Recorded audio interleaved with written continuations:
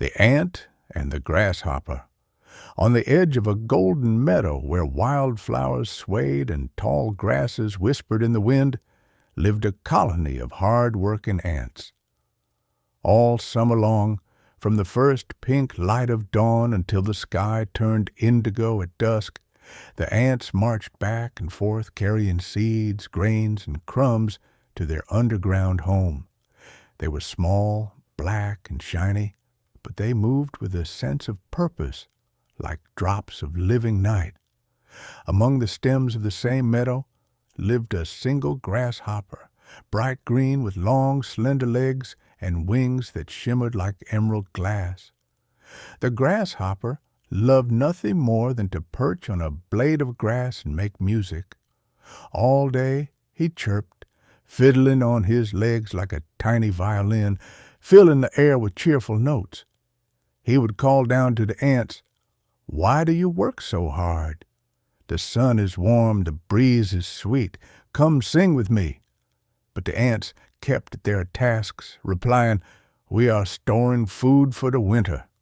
When the frost comes, there will be nothing to eat, and we must be ready." The grasshopper laughed and flipped into the air. "Winter is far away. Why worry about tomorrow when today is so pleasant?" And he played another tune. Day after day the pattern repeated. The ants built new chambers, lined them with leaves, and filled them with seeds. They spoke in quiet clicks and scents, encouraging one another.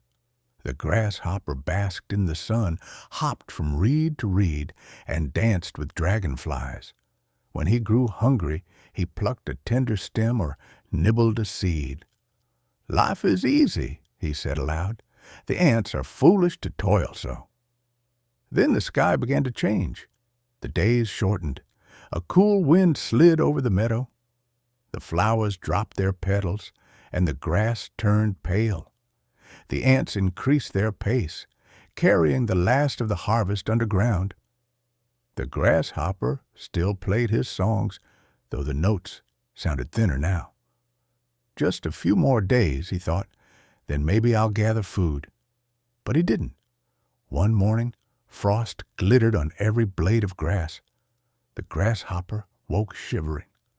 The ground was hard and the seeds were gone.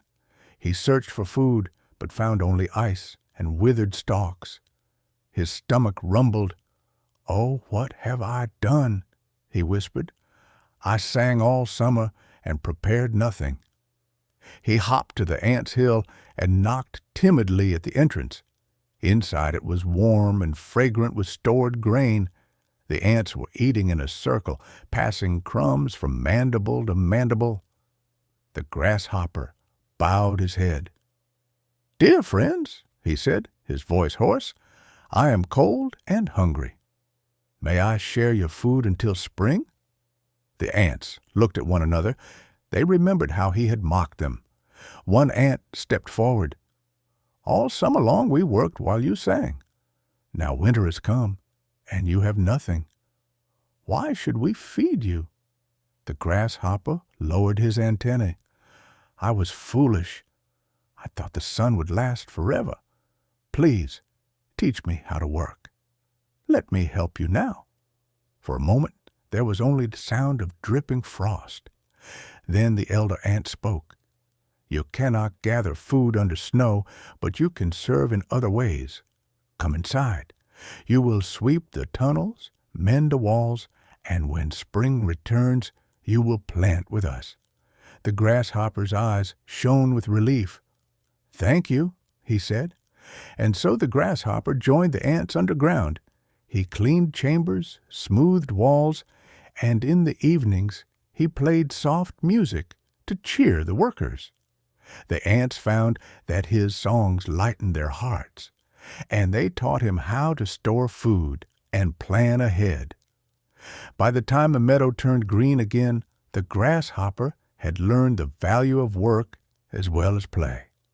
From then on, each summer, he sang in the morning and worked in the afternoon. He filled his own store, helped the ants with theirs, and when winter returned, he was warm and well fed.